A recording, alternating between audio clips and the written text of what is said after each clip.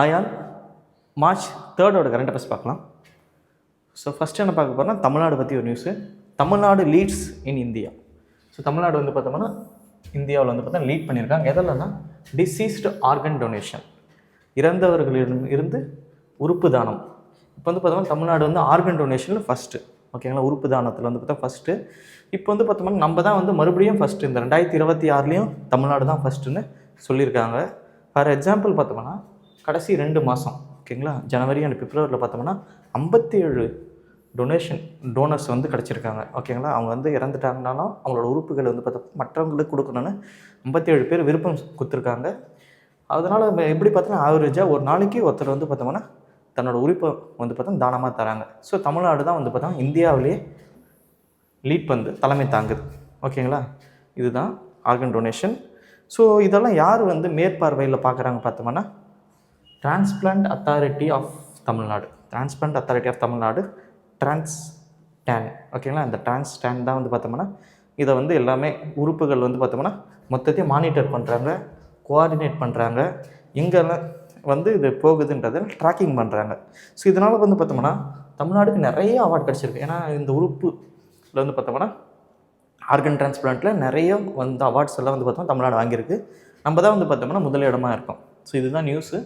So தமிழ்நாட்டில் இந்த அளவுக்கு ஃபஸ்ட்டில் இருக்குன்னா என்ன இனிஷியேட்டிவ்ஸ்லாம் தமிழ்நாட்டில் எடுத்திருக்காங்க இந்த உடல் உறுப்பு தானத்தில், இந்த இறந்தவர்களிலிருந்து இந்த உறுப்பு எடுக்கிறதுல வந்து பார்த்தோம்னா என்ன இனிஷியேட்டிவ்ஸ்லாம் தமிழ்நாடு எடுத்திருக்காங்க பார்க்கும்போது, ஒன்று வந்து பார்த்தோம்னா ஒரு ஸ்ட்ரக்சர்ஸை உருவாக்கியிருக்காங்க, ஓகே. ஒரு சிஸ்டமேட்டிக் ஸ்ட்ரக்சரை வந்து உருவாக்கியிருக்காங்க.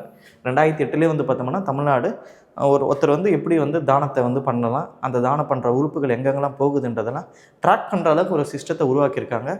அது மட்டும் இல்லாமல் க்ரீன் காரிடார், ஓகேங்களா, பசுமை வழித்தடம். இப்போது ஒரு முக்கியமான உறுப்புகள் இதயம், கிட்னி, அந்த மாதிரி முக்கியமான உறுப்புகள்லாம் வந்து பார்த்தோம்னா அதிவேகமாக போகிறதுக்காக டிராஃபிக் மேனேஜ்மெண்ட் நம்ம கூட பார்த்துருப்போம். நிறைய இடத்துல வந்து திருச்சியிலேருந்து சென்னைக்கு வந்திருக்கோம். அப்போ வந்து பார்த்தோம்னா இந்த மொத்த நெட்வொர்க்கும் பார்த்தோம்னா டிராஃபிக் மேனேஜ்மெண்ட் பண்ணியிருப்பாங்க, ஓகேங்களா, இந்த ஆம்புலன்ஸு வேகமாக போகிறதுக்காக. ஸோ விரைவாகவும் எந்த தடையின்றி சிறப்பு போக்குவரத்து மேலாண்மையை வந்து உருவாக்கியிருக்காங்க தமிழ்நாட்டில்.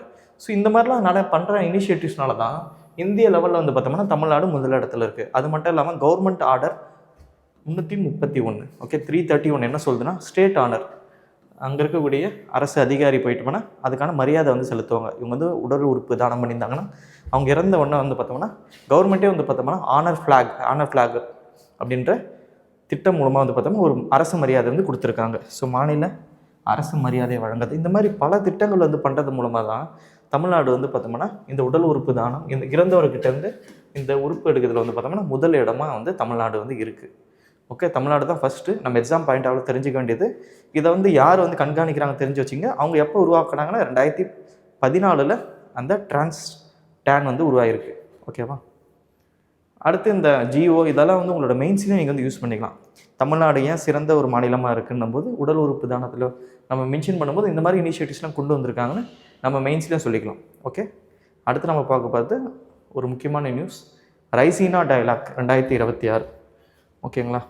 ஸோ இப்போ எப்படின்னா இந்தியாவில் வந்து பார்த்தோம்னா சில மாநாடுகள் வந்து நடக்கும், ஓகே. ஒவ்வொரு ஆண்டும் வந்து பார்த்தோம்னா இந்த ரைசீனா மாநாடு வந்து நடக்கும். எங்கே நடக்கும்? எப்போவுமே டெல்லியில் தான் நடக்கும். இது ஞாபகம் வச்சுங்க. இந்த ரைசீனா டயலாக் எப்போவுமே டெல்லியில் தான் நடக்கும். இப்போ மார்ச் 5 to 7 நடக்க போகுது, ஓகேவா. ரெண்டாவது இதில் முக்கியமாக தெரிஞ்சுக்க வேண்டியது யாருன்னா இதுக்கு யார் சீஃப் கெஸ்ட்டாக வராங்க அது தெரிஞ்சு வச்சுக்கணும்.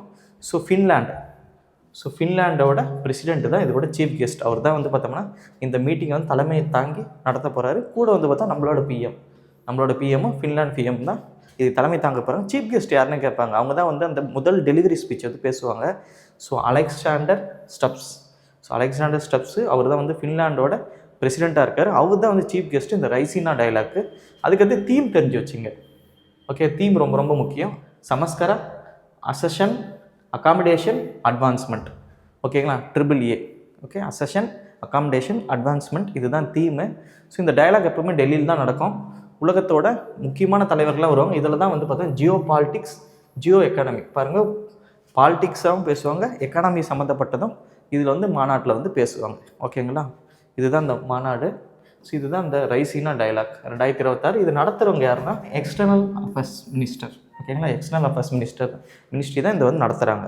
இது டெல்லியில் நடக்குது, ஓகே.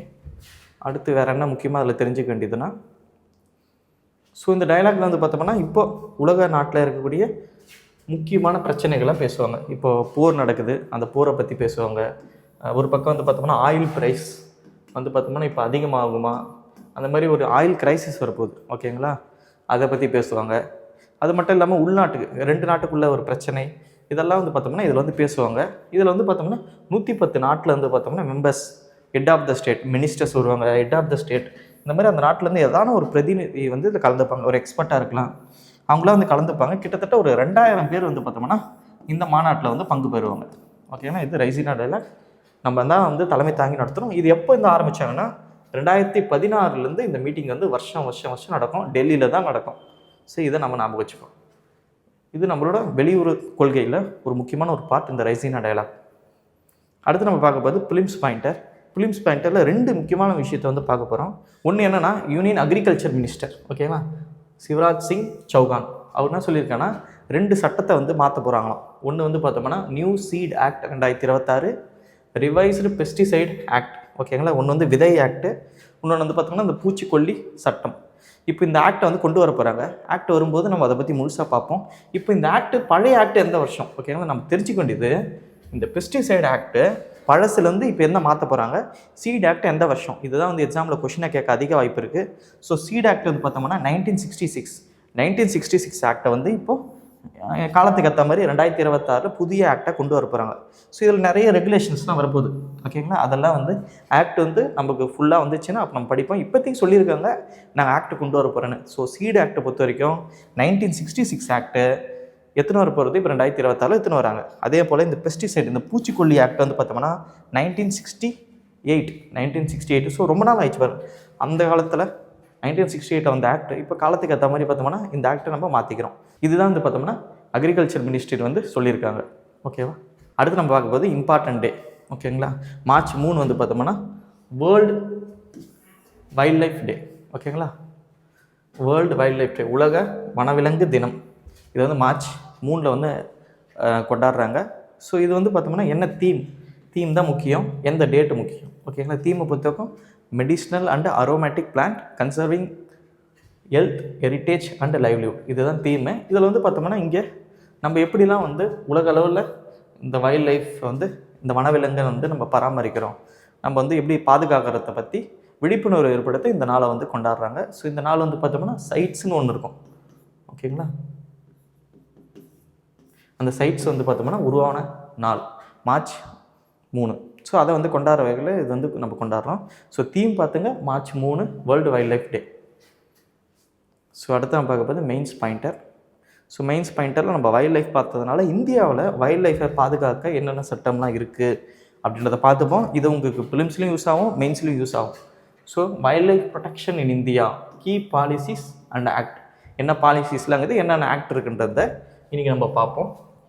ஸோ இதெல்லாம் வந்து உங்களோட மெயின்ஸில் யூஸ் பண்ணிக்கலாம், உங்களுக்கு ப்ரிலிமினரிலேயே வந்து எந்த இயர்னு கேட்கலாம், ஓகேங்களா. முதல் ஆக்ட், மேஜர் ஆக்ட்னு பார்த்தோம்னா வைல்ட் லைஃப் ப்ரொடெக்ஷன் ஆக்ட் 1972, வனவிலங்கு பாதுகாப்பு சட்டம் 1972.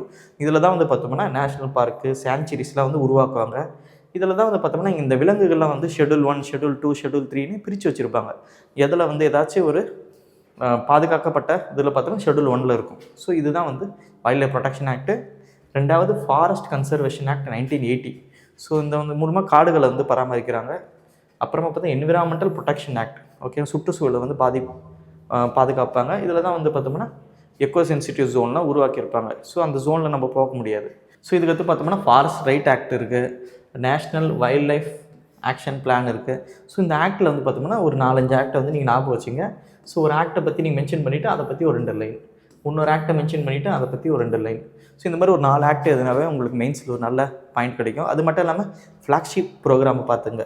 ஒன்று வந்து பார்த்தோம், நேற்றே நம்ம வந்து பார்த்தோம்னா ப்ராஜெக்ட் சீட்டா பார்த்தோம், பாருங்கள் ப்ராஜெக்ட் டைகர் 1973, ப்ராஜெக்ட் எலிஃபென்ட் இருக்குது. இந்த மாதிரி நிறைய ப்ராஜெக்ட்ஸ் இருக்குது. ஒரு 4-5 ப்ராஜெக்ட்ஸ் ஞாபகம் வச்சுக்க. எங்கேயாச்சும் பாக்ஸ்அப் பண்ணி உங்களோட ஆன்சர்ஸில் இந்த மாதிரி இனிஷியேட்டிவ்ஸ்லாம் கவர்மெண்ட் பண்ணியிருக்காங்கன்றதை சொல்ல முடியும். இதை தாண்டி எப்போவுமே இந்த மாதிரி எழுதும்போது கான்ஸ்டியூஷனலில் ஏதாச்சும் இருந்தால் நீங்கள் மென்ஷன் பண்ணுங்கள். ஃபார் எக்ஸாம்பிள் ஆர்டிகல் 48A டிபிஎஸ்பியில் என்ன சொல்கிறாங்கன்னா, இங்கே இருக்கக்கூடிய ஸ்டேட்டு தான் வந்து பார்த்தோம்னா என்விரான்மெண்ட்டையும் வைல்ட் லைஃபையும் ப்ரொடெக்ட் பண்ணணும். அது மட்டும் இல்லாமல் ஃபண்டமெண்டல் டியூட்டிலையும் வந்து ஆர்டிகல் 51A G என்ன சொல்லுதுன்னா, நம்ம வந்து பார்த்தோம்னா இந்த நேச்சுரலாக நம்ம பாதுகாக்கணும்னு ஒவ்வொரு சிட்டிசனுக்கும் டியூட்டியாகவும் கொடுத்துருக்காங்க. ஸோ இதையும் நீங்கள் வந்து மெயின்ஸில் வந்து மென்ஷன் பண்ணலாம். ஸோ எப்போவுமே வந்து ஆர்டிக்கலை மென்ஷன் பண்ணுங்கள். முக்கியமான ஆக்ட்டு, அதுக்கு பாலிசிஸ் இந்த பாலிசிஸ் ப்ராஜெக்ட் இதெல்லாம் வந்து மென்ஷன் பண்ணி நீங்கள் எழுதிக்கலாம். இது ப்ரிலிம்ஸ்லேயும் கேட்பாங்க, மெயின்ஸ்லையும் கேட்பாங்க. அடுத்து வந்து பார்த்தா question of the day. So question of the day பொறுத்த வரைக்கும் இன்றைக்கி வந்து இதே டாப்பிக்கில் நம்ம கொஷின் பார்ப்போம்.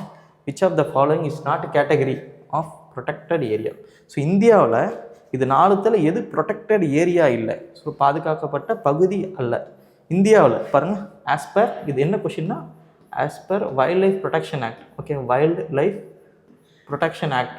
ஓகே, இந்த ஆக்ட் கீழே 1970 கீழே வந்து பார்த்தோம்னா எது வந்து பார்த்தோம்னா ப்ரொடெக்டட் இல்லை. ஆப்ஷன் ஏ வந்து பார்த்தோம்னா national park, option B wild life sanctuary, option C வந்து பார்த்தோம்னா பயோஸ்பியர் ரிசர்வ், ஆப்ஷன் டி வந்து பார்த்தா கன்சர்வேஷன் ரிசர்வ். ஸோ எது ஆன்சர்ஸ் நினைக்கிறீங்களோ அது போஸ்ட் இருக்குது யூடியூப்பில், அதை நீங்கள் ஆன்சர் பண்ணலாம்.